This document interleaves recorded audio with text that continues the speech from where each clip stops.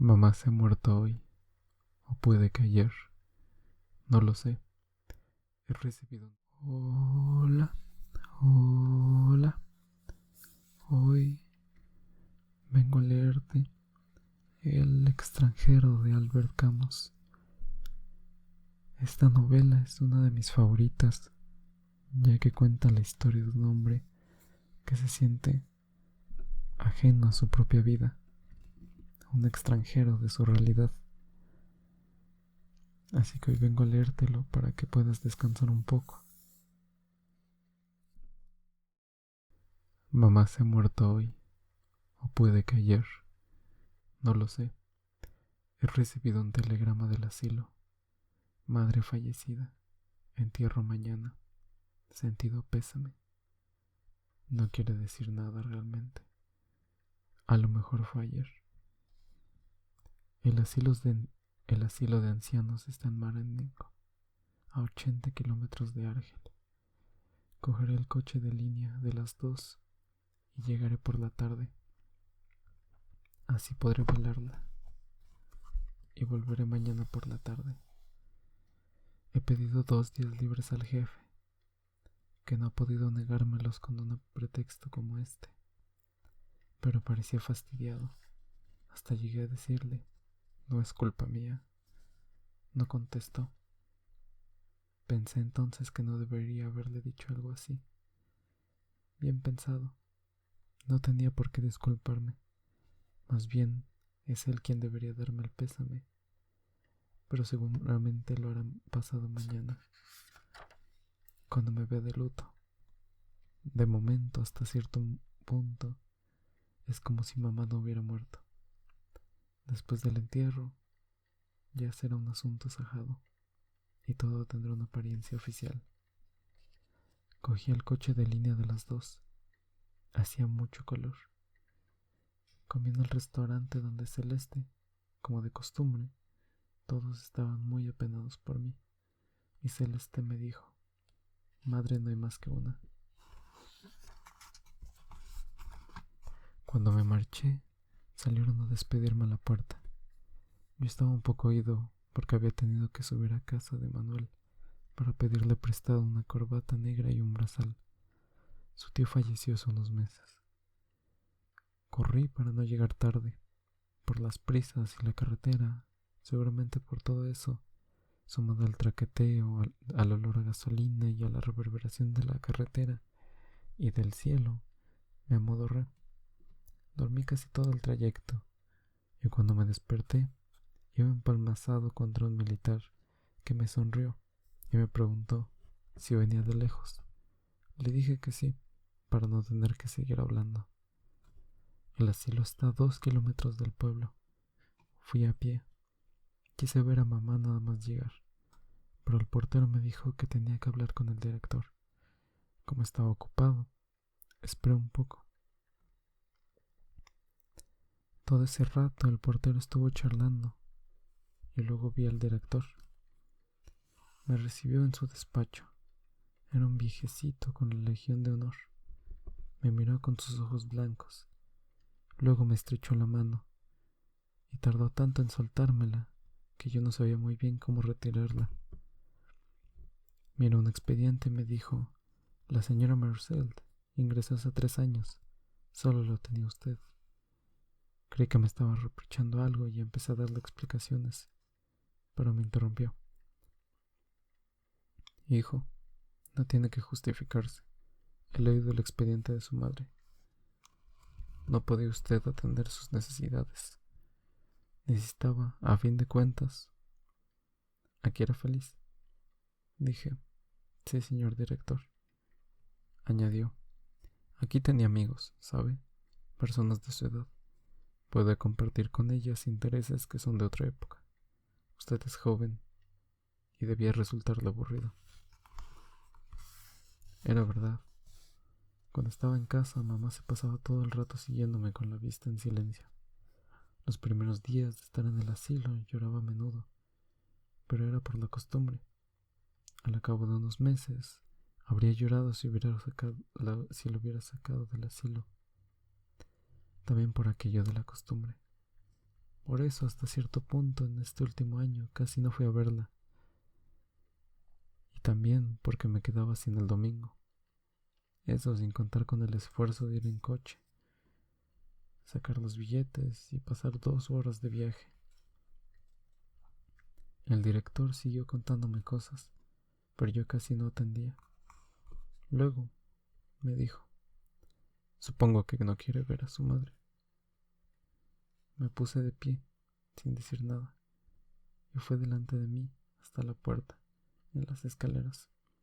Me explicó: le hemos llevado a nuestro pequeño tanatorio, para no impresionar a los demás.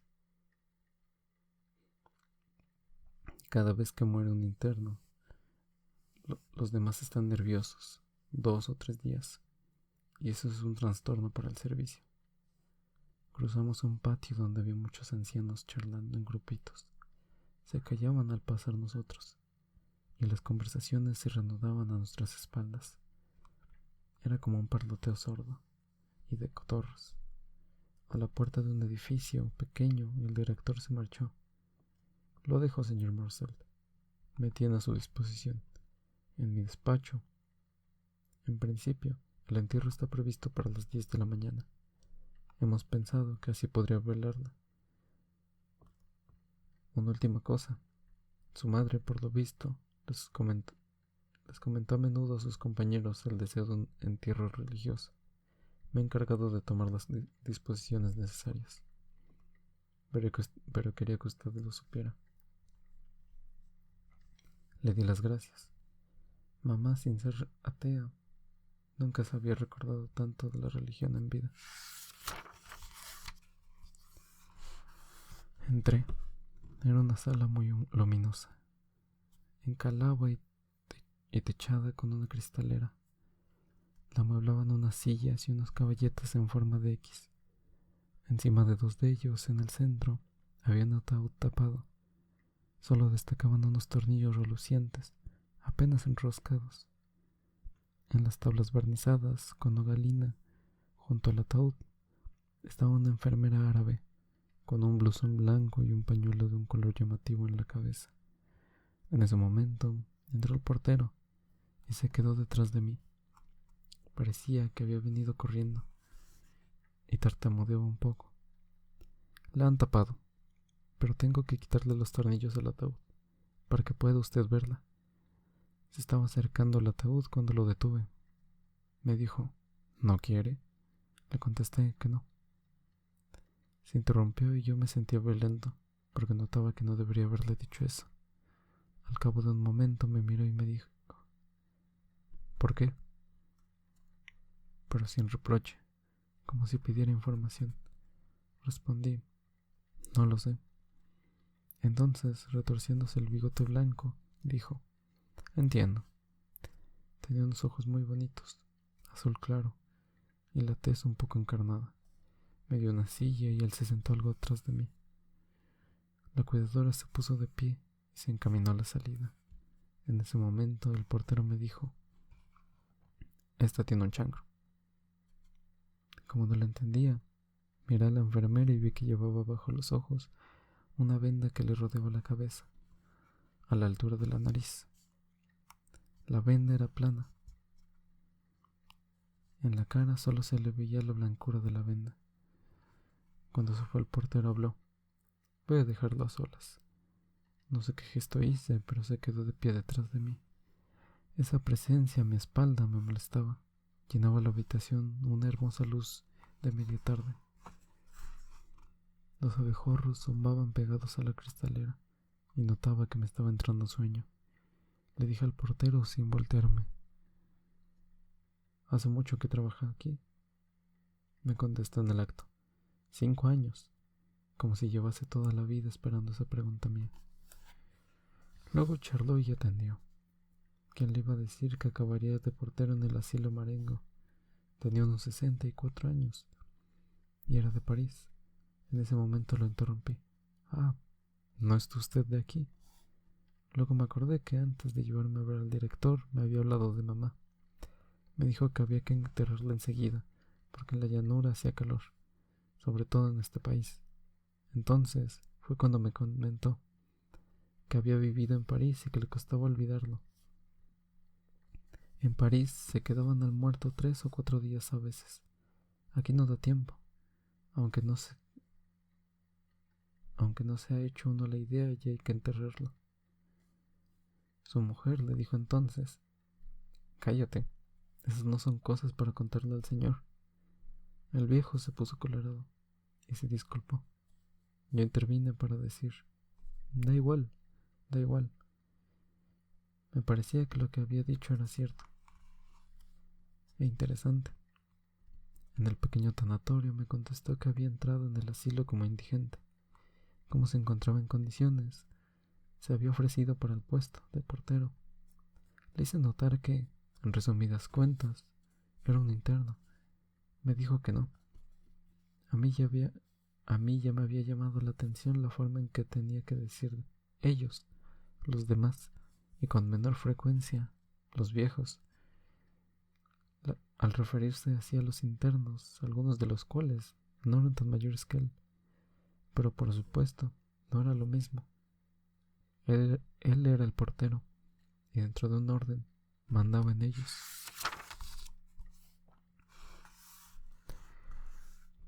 La cuidadora entró en ese momento. Había caído la noche de repente. La oscuridad se había vuelto densa encima de la cristalera. El portero dio la luz y me cegó. Su repentina salpicadura me dijo que fuera al refractario a cenar, pero yo no tenía hambre. Entonces se ofreció traerme una taza de café con leche. Como me gusta mucho el café con leche, acepté y volví un ratito después con una bandeja. Me lo bebí entonces. Me entraron unas ganas de fumar, pero dudé, porque no sabía si podía hacerlo delante de mamá. Me lo pensé. No tenía ninguna importancia. Le ofrecí un cigarrillo al portero y fumamos. En un momento dado me dijo: los amigos de su señora madre van a venir a verla también. ¿Sabe? Es lo habitual. Tengo que ir a buscar sillas y café. Le pregunté si podía apagar una de las lámparas. El resplandor de la luz en las paredes blancas me cansaba. B dijo que no era posible. La instalación era así: o todo o nada. No le hice ya mucho caso. Se fue, volvió, colocó unas sillas. En una de ellas apiló las tazas alrededor de una cafetera. Luego se sentó enfrente del lado de mamá. La cuidadora también estaba al fondo de espaldas. Yo no veía lo que estaba haciendo, pero por el movimiento de sus brazos podía pensar que se hacía un punto. La temperatura era agradable, el café me había entonado, y por la puerta abierta entraba un olor a noche y a flores. Creo que me quedé traspuesto. Fue un roce lo que me despertó. Por haber tenido los ojos cerrados, la blancura de la habitación aún más me resplandeció. No había ante mí una sombra, y todos los objetos, todos los ángulos, todas las curvas se dibujaban con una nitidez que hacía daño a la vista. Fue en ese momento cuando los amigos de mamá entraron. En total eran unos 10 y se deslizaban en silencio por esa luz cegadora. Se sentaron sin que crujiese ninguna silla. Los veía como nunca he visto a nadie, y no se me escapaba ni un detalle de sus caras o de su ropa. Sin embargo, no los oía y me costaba creer que fueran reales. Casi todas las mujeres llevaban un delantal y la cinta que los ceñía de la cintura les marcaba más la tripa bombada. Nunca me había fijado en cuánta tripa pueden llegar a tener las mujeres viejas. Los hombres eran casi todos muy flacos y llevaban bastón. Lo que me llamaba la atención era en que la cara no se les veían los ojos, sino solamente una luz sin brillo en medio de un nido de arrugas. Cuando se sentaron, la mayoría me miró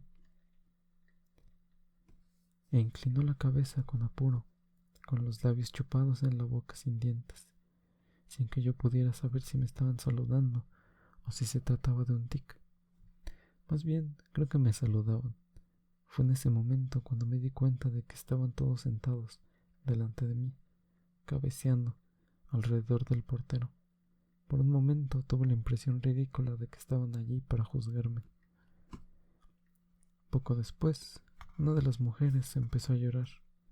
Estaba en la segunda fila, y la tapaba una de sus compañeras, y la veía mal. Lloraba con unos chilliditos poco regulares, y parecía que no iba a dejarlo nunca. Para los demás era como si no lo oyeran. Estaban encogidos, mojíos y silenciosos. Miraban el ataúd o su bastón, o a cualquier otra cosa, pero solo miraban eso. La mujer seguía llorando. Me tenía muy extrañado porque no la conocía. Me habría gustado dejar de verla. Sin embargo, no me atreví a decírselo. El portero se inclinó hacia ella y le habló, pero ella sacudió la cabeza, farfulló algo y siguió llorando con la misma regularidad. El portero se me acercó entonces. Se sentó a mi lado. Al cabo de un buen rato me informó sin mirarme. Estaba muy unida a su señora madre. Dice que era su única amiga aquí y que ahora ya no tiene a nadie. Nos quedamos así un buen rato. Los suspiros y los sollozos de la mujer se iban espaciando. Sorbía mucho. Al final se cayó. A mí se me había pasado el sueño, pero estaba cansado y me dolían los riñones. Ahora lo que me agobiaba era el silencio de toda esa gente. Solo de vez en cuando oía algún ruido peculiar y no conseguía entender qué era. A la larga, acabé por intuir que algunos ancianos se chupaban las mejillas por dentro y soltaban esos chasquidillos raros. Estaban tan ensimismados que ni se daban cuenta. Yo incluso tenía la impresión de que aquella muerta tendida entre ellos no significaba nada. Pero ahora creo que era una impresión equivocada. Tomamos todos café, que nos sirvió el portero. Luego, ya no sé qué pasó. Transcurrió la noche. Recuerdo que en un momento dado abrí los ojos y vi que los ancianos dormían empelmazados sobre sí mismos, salvo uno que, con la barbilla en el dorso de las manos, aferradas al bastón, me miraba fijamente, como si solo estuviera esperando que me despertase. Luego, seguí durmiendo. Me desperté porque cada vez que me dolían más los riñones, la luz del día se colocaba por los cristales. Poco después, me despertó uno de los ancianos y tosió mucho. Escupía en un pañuelo grande, de cuadros, y cada escupitajo era como si se arrancase algo. Despertó a los demás y el portero dijo que tenían que irse. Se pusieron de pie, con la incomodidad del velatorio tenían la cara cenicienta. Al salir, y para mayor extrañeza mía, todos me estrecharon la mano, como si pasar por esa noche sin cruzar palabra nos hubiera vuelto más íntimos. Estaba cansado. El portero me llevó a su casa y pude hacerme un poco. Me tomé otro café con leche que estaba muy bueno. Cuando salí, ya era totalmente de día. Por encima de las colinas se separaba Marengo del mar. El cielo estaba lleno de zonas rojas y el viento que les pasaba por encima traía hasta aquí un olor a sal. Estaba arrancando un día muy hermoso. Hacía mucho que yo no había ido al campo y notaba que bien me habría sentado a dar un paseo si no hubiera sido por mamá. Pero esperé en el patio debajo de un plátano. Olía el aroma de la tierra fresca y ya no tenía sueño. Me acordé de los compañeros de la oficina. A esas horas se estaban levantando para ir a trabajar. A mí me resultaba siempre la hora más difícil. Seguí pensando un poco en eso, pero me distrajo una campana que sonaba dentro de los edificios. Hubo cierto revuelo detrás de las ventanas y luego todo se tranquilizó. El sol estaba un poco más alto en el cielo. Empezó a calentarme los pies portero cruzó el patio y me dijo que el director preguntaba por mí. Fui a un despacho, me dio unos cuantos documentos para que los firmara. Vi que iba de negro, con un pantalón rayado. Agarró el teléfono y se dirigió a mí. Los empleados del funeral llevan aquí un rato. Voy a decirles que vengan a cerrar el ataúd. ¿Quiere ver antes a su madre? Por una última vez. Dije que no. Ordenó por teléfono, bajando la voz. Fillac, diga a los hombres que adelante. Luego me dijo que iba a asistir al entierro y le di las gracias. Se sentó detrás de su escritorio y cruzó las piernas, cortas. Me avisó de que íbamos a estar solos con la enfermera de servicio. En principio, los internos no debían asistir a los entierros, solo se les permitía ir al velorio. Es una cuestión de humanidad, me comentó.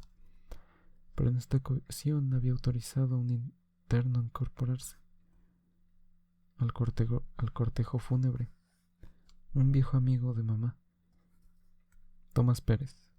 Aquí el director sonrió. Me dijo: verá, es un sentimiento tanto pueril, pero él y su madre estaban siempre juntos, en el asilo.